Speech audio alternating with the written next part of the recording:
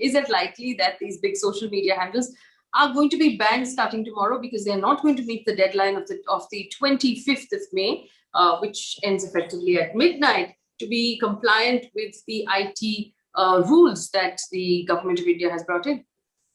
So let me just deal with it firstly as a lawyer, and then much more in terms of what I see as a larger operational environment. Under the rules, if you don't comply, you're liable for any kind of prosecution which takes place, which is with respect to any content which is there on your platform. So arguably what can happen is that any kind of defamation case, for instance, which is filed against a tweet or a Facebook post, you can also allege monetary damages against Twitter or Facebook, saying that they are no longer intermediary and they were non-compliant with these stringent conditions of availing immunity. And thereby what happens is, just imagine the scale of the number of users and how many grievances people have, and also the deep pockets of these Silicon Valley platforms. It is a perfect storm for people to approach thanas as well as district courts and allege that these are abettors of crime, irrespective of that factual instance in which there may be a genuine grievance, or there may be a person who may be just trying to shut them down by itself. Now, this raises the cost for any of these social media companies to operate here, but also brings in a very worrying specter, or especially in criminal cases, of imprisonment which may accrue to them. And this is made clear also in the rules, because it does not only say that you lose immunity.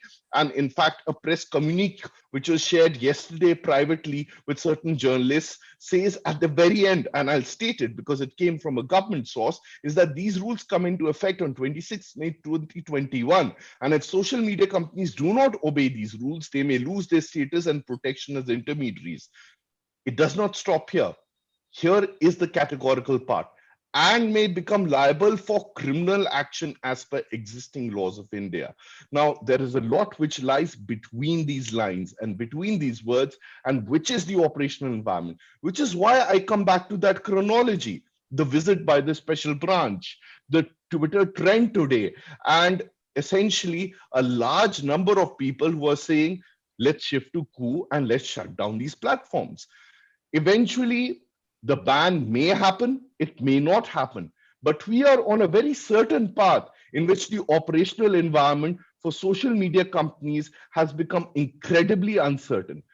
One additional point I would just like to make before you may turn it back to Nikhil are the product side changes. It's not only limited to grievance redressal officers.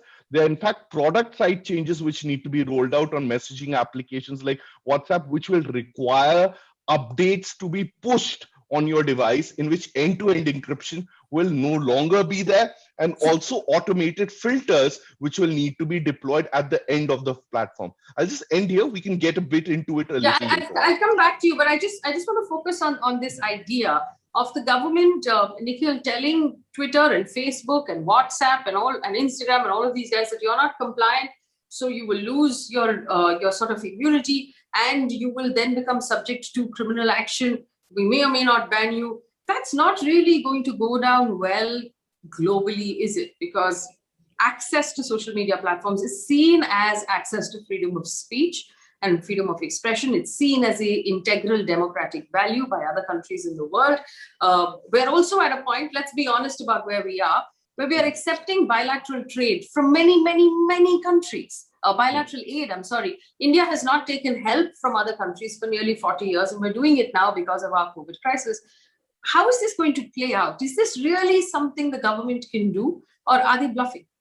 So this is something they can do in terms of prosecuting people in these organizations and all that Apar had laid out, but it's something that they're not likely to do.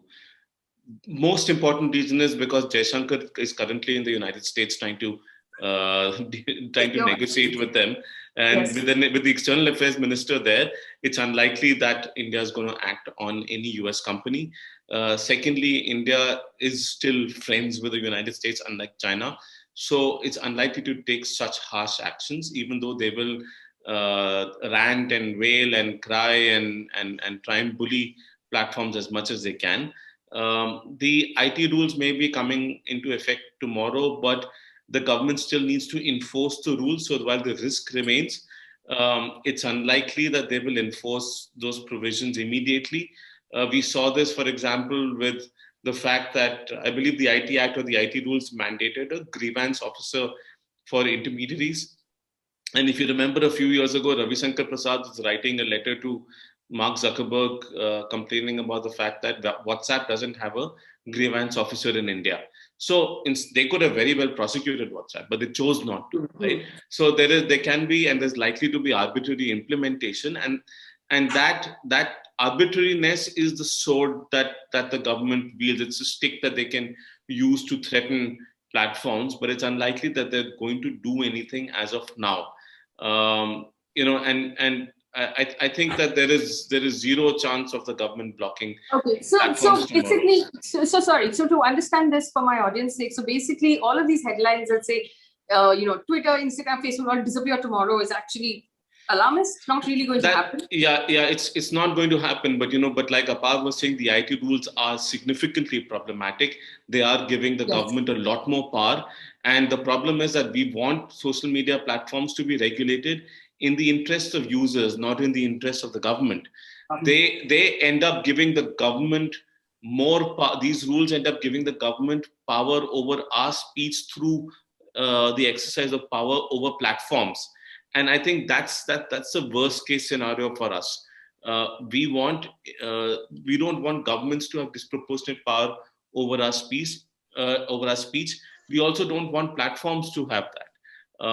So I think these are rules that need to be challenged, are being challenged. Apar's organization has already done that, so as I know. So it's important that more and more people go and challenge these rules. My point is that if the government does prosecute anyone or does go after anyone from a social media platform, they will go to court.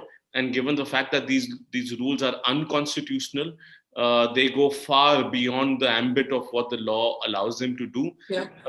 They will lose in court, and they probably want to avoid that embarrassment as well.